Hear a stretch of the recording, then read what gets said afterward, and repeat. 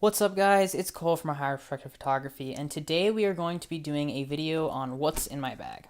Now not everything is in here right now because my GoPro Hero 4 is being used to record this video, but basically everything is in here, and this is basically what I use to record, or it's basically my daily carry bag for when I'm doing photography. It's not what I take to school or anything, it's just when I'm going out to take photos, it's generally what's pre-packed, ready to grab, and where I pull my camera from, and basically also where I store it. Now the bag here, this is the Decane or Decine. I've heard a few different pronunciations. I've always pronounced it Decane hood photo bag. So it's not a super expensive backpack, as like good brand backpacks go. I mean, obviously there's the cheap Target stuff, not photo bags, but as good brands go, I think it's about $120. That's what I remember getting it for. That might have been on sale though, but still, it's a very good bag. And the thing about this bag, when you open it up, you'll see there's this little pouch thing here, and you take that out, and then this basically can zip up and become its own little pouch that you can carry around. And also, guys, if the audio is a little weird, I'm trying out a different mic. It's actually a MXL 991 mic, and I'm just gonna see how it works. So the audio might be a little weird. So basically, yeah, it's a good bag. I like it a lot. It can carry all my stuff, and big thing is it looks like a normal backpack. When you're carrying around expensive camera gear, maybe walking in places that you are a little bit nervous, you could get mugged or something, having a normal looking bag is very, very nice. If you have a bag that screams, hey, look at me, I'm a photographer, there's thousands of dollars of gear in here, you don't want to do that. So yeah, I like this because it looks like a normal backpack as well. So in this top compartment here, I just got some pens, and then this has the laptop pocket. I find it to be a bit of a weird placement for the laptop pocket, having it right here, but I'm sorry, let me just move my monitor for the GoPro video. I find this to be an odd placement for the laptop pocket, right in here, but it works. It holds my 13-inch MacBook Pro Retina, which is kind of my on-the-road laptop. It holds that pretty well, and makes it really easy, to carry stuff. And then the next compartment, and that's basically all I got in here. I don't usually put stuff in this pocket besides the laptop and those pens. Now that moves, whatever fell, that was the pen. That moves us to this pocket. This is the main pocket that holds everything. This has that little photo compartment, which has really nice rigid walls on it and everything, so don't be worried about taking that out. It's not flimsy or anything. So the first thing we see is my Panasonic GH4. Well, not the first thing, but the big thing is my Panasonic GH4. I got this about 3 weeks ago for Christmas. I love this camera. It works really well. It's micro four thirds. It's small. I used to shoot on a Nikon D3, which I know is probably, in terms of low light performance, well, it is in terms of low light performance, maybe focusing speed and things like that. It's a much nicer camera, but it was old. It's huge. It's a giant camera. I just need something smaller, lighter, and also something that can shoot good high quality video, because I'm shooting a lot of video now. So the Panasonic GH4 was what I went with. I've got two lenses with it. These are both from their Lumix X range, which are kind of like Canon L lenses. I'm not necessarily sure as to how they compare to something like a Canon L lens. They're probably not as good as some of the L lenses, but they're still very good lenses. What's on here right now is the 12 to 35, and I tend to talk about my lenses in 35mm equivalents because I've been using 35mm for so long. So 12 to 35, this is what I call my 24 to 70 lens, which is a lot smaller than any 24 to 70. I have the 24 to 70, the Nikon 24 to 70 f2.8. Part of that holy trinity, which is the 12 to 24, the 24 to 70, and the 7200 2, all the nanocrystal coat lenses. That's a lot bigger lens than this. That takes up the bag, basically. Right here, this is what I call my 70-200. This is the 35 to 100 f2.8, also from the Lumix X range. My monitor just froze. Oh, now it's back. Good lens. I like the fact it's a sharp lens. These lenses are sharp, probably most sharp after maybe f3.5, f4. I would say stop down to there. The f2.8's a little iffy around the edges. but still a great looking lens. But yeah, I like the fact that this is a self-contained lens. I mean, it's nice to have that, not that big extending tube. A little bit more pro-like, I guess. But yeah, good lenses. These are expensive though. This is a $1,500 lens. That's a $1,000 lens. I mean, they're cheaper than a lot of Nikons and Canons, like high-end Nikon and Canon. But you know, they're still pricey lenses, but they're so tiny. I love how tiny they are. All right, in this pocket is where I would usually store my GoPro stuff. So the clamp mount, which is what I'm using on this desk right now to store everything. I would have the clamp mount with a little arm that comes with it in there, and then I also have the other battery would be there for my dual charger for my Hero 4. I have this Thunderbolt cable, which is for my hard drive, and then also there would be a USB cable, but that's also being used right now. So that's basically what I store in there, GoPro stuff. Right, here's my LaCie rugged 1 terabyte drive. These are awesome drives. This is the USB 3 and Thunderbolt model. Fast drives, really well built, really nice drives. It's 1 terabyte. What I do when I'm on shoots, when I'm on long shoots, when I'm actually going to be using this and not just going to be coming home at night to put it on my big computer, is I'll make a Lightroom library, a new Lightroom library in here for the event itself. And then when I get back home and get on my big computer, which is my big Mac Pro, what I will do is I will import the catalog into Lightroom, into my main Lightroom catalog. So I just keep that in there. It's really nice. I can store all my video, all my photos on there. Awesome hard drive to have. And it's Thunderbolt as well. All right here's my mini tripod. Now, where is it? It has disappeared. Nope, I can find it. There it is. I have one of these as well. These are the Jobies. So a lot of people ask, you know, which is better. A lot of people say, obviously, something like the Joby is a lot better. I would personally say that the better one, I'm not sure. This is sturdier, the Joby, but this is a lot lighter and a lot easier to get back into like a straight form. So basically, when I'm on the road, I'll bring this, but I have the Joby around in case I need it. But having something like the GH4 is really nice because I could barely even use that Joby with the D3 because the D3 is so heavy. With this, it would never be able to support something like the D3, but with the GH4, it supports it really well, and it's got a little quick release on it. So if I'm out like, you know, walking around and I didn't bring a tripod, this is still plenty sturdy enough, especially if I just use you know, the timer. This is plenty of sturdy enough. It grabs onto things really well, and I just have this quick release mount, so I can, you know, have you know, this screwed into my camera, and then just have that over there, and then put this wherever I need it to go without having the camera hanging on it or anything, and then just snap the camera on and be ready to go.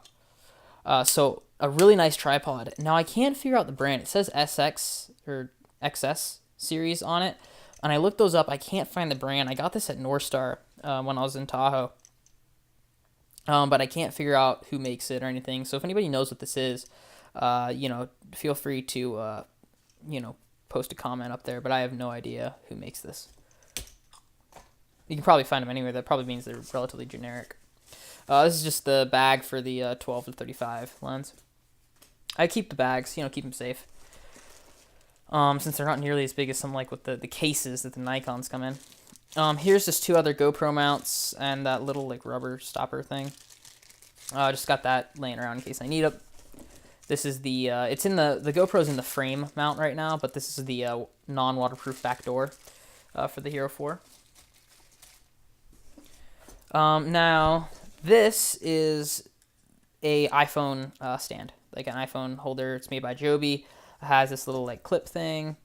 Really nice. I can do time lapses, things like that. From the iPhone now that does time lapses, hang it wherever I want, record videos on my phone if I need to. Really nice thing to have. You know, it's small, it's light, keep it in my bag. That's no big deal. All right. Now, this is my Rode VideoMic Pro. And I don't know why I started just taking stuff out of my bag, but you can see it's been sitting in the bag, so because it's got the little marks on the foam. But this is my Rode VideoMic Pro. Once again, I got the GH4 because I was starting to shoot video a lot more. I wanted a good microphone to have, so the Rode VideoMic was what I ended up going with. Now I do kind of want to get the VideoMic X, the stereo video mic, the really good one. I was looking at some of the audio coming off that. That's a lot better for some of the ambient noise that I need to get a lot when I'm shooting video. So while this is a good mic, get it in frame here. While this is a good mic, I definitely want to move to something a little different as an on-camera mic. Now, I have an external recorder, which is what this is being recorded on now, which you see in the frame right there. But I have the external recorder, and yeah, I'm using an audio, or not an Audio Technica, a MXL 991 microphone right now. But that's because it's close, and I have a really nice Audio Technica shotgun. I have an old Audio Technica Electret condenser microphone, and a couple other microphones that I have, but I'll do, I'll just do off camera. If I'm doing anything big where I need good shotgun audio, I'll do that. I don't know why I started taking things out. Let's put them back in. Also, here's another GoPro. This is the long arm. I keep one of the short armed ones and the long armed ones.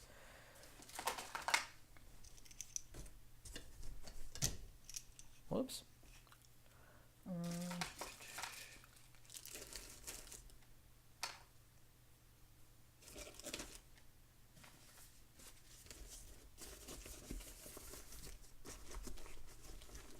Alright.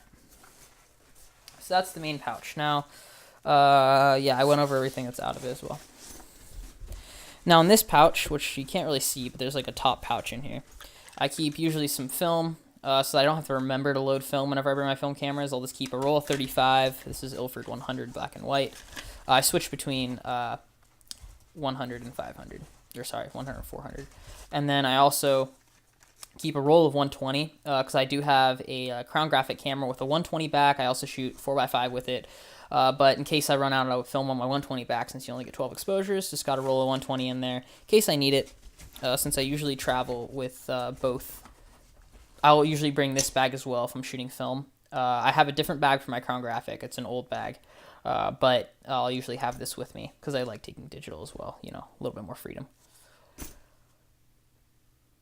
All right, I think that's what's in my bag completely. Oh, here's another adhesive. And then I think in here there's also, let me find it real quick. It's an important thing, so I want to show it to you. This is a Nikon lens pen. Now, you can get these from all over the place. This one is Nikon branded. But these are so useful. They have a really, really nice brush on this end. Really soft. Definitely would trust that on my front element on my lens.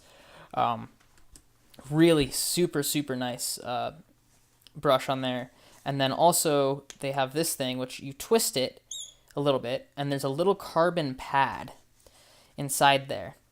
And what happens is you rub that little pad on your lens, and it will basically get rid of smudges. It'll take up smudges. And the reason you twist it is because in this cap, there's a, I don't think you can see it, but there's like a little, yeah, I don't think even the GoPro focuses that close.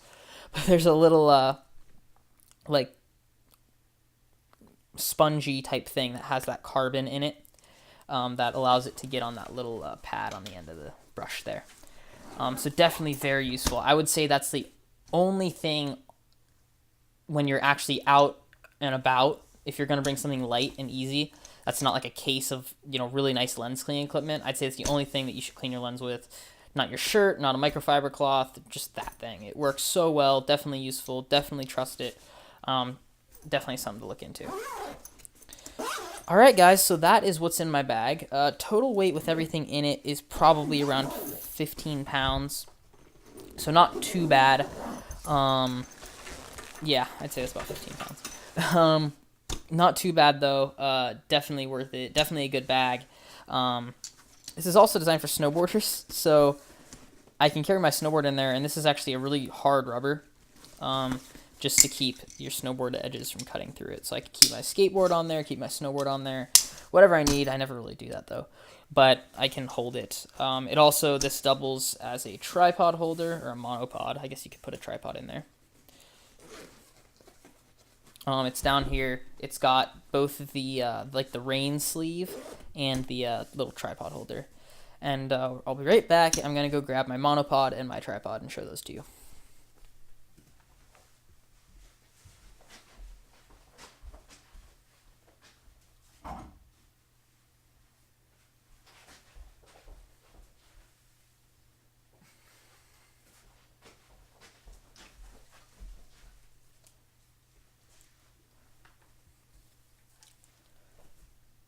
Alright guys, so here's my tripod. And now it's a little bit of a Frankenstein job because my dad, he does a lot of photography and he shoots on a Nikon D4S and has all the high-end lenses and everything, and he runs everything off of a Wimberley quick release plate. So all of our tripods have Wimberley quick release. This tripod itself, this Gitzo, now we shoot mostly Manfrotto tripods. Everything else that we have is Manfrotto. But this Gitzo tripod has a Wimberley head on it, or usually has a Wimberley gimbal head for my dad's big 400 millimeter lens. But it's never really being used. The 400 doesn't come out that much, so I ended up pulling this head, which was the only one that didn't have a Wimberley quick release plate on it, off of one of my monopods and put it on there because I need something to put the GH4 on, to put all my film cameras on that's not this Wimberley quick release plate. So this Gitzo tripod is a really nice tripod. These are expensive tripods. They're really not cheap, but it's a great tripod. It's really light. It's carbon legs with a nice Manfrotto head. It's a medium grade Manfrotto head. It's not designed for too much weight. This is the 496 head, regular ball head, nothing special, but good tripod, very sturdy. And over here, this is my lighter monopod, which is also because all my heavier monopods have Wimberley quick release. This is the Manfrotto 290 monopod, and basically that head came off of this monopod. So what I'll do is, if I'm using the monopod, I just take off this, take the head off the tripod and put it on the monopod, and then I got a good. Jeez, my brain has decided to stop working. And then I got a good little monopod there. So that's probably the biggest thing you should get after you get your camera, for those of you that are starting out, is a good tripod, and then maybe a good monopod if you need it, but a tripod, definitely. Not those Best Buy brand. I've got one over there. I'm not going to go grab it, but I got one, those Best Buy brand tripods. You really, really need a good, high-quality tripod. Something like Gitzo. You can just go online and try and find a Manfrotto or a Gitzo or something. They are very expensive. That is something about it. I mean, you can get an aluminum one, but carbon sticks are expensive. But also, one thing I suggest is you probably, especially in this day and age, went and bought your camera, did your research. Maybe you went to a photo store but didn't buy your camera there, and probably went and bought your camera on Amazon or B&H or Adorama or something. Really, guys, nowadays, photo stores, they're dying. Buy at least something every once in a while from your photo store. I mean, my local photo store saves my life so many times with equipment. If something goes bad, run over there. They always have what I need. So I'd say at least maybe try and buy your tripod. Spend a little more than what you spend online, but try and buy your good tripod there. Then you can actually see how big it really is, because, sometimes you don't realize how big the tripods actually are. My dad has a Red Epic, and the tripod that we use for that is a big set of Manfrotto sticks with a 509 HD head, and a lot of people don't realize how huge that tripod actually is. So it's good to go in and actually see how big it is, see if it's overkill or underkill for what you need. Anyway, guys, that is it for this video. This is the What's in My Bag video. Once again, this is Cole from Higher Perspective Photography.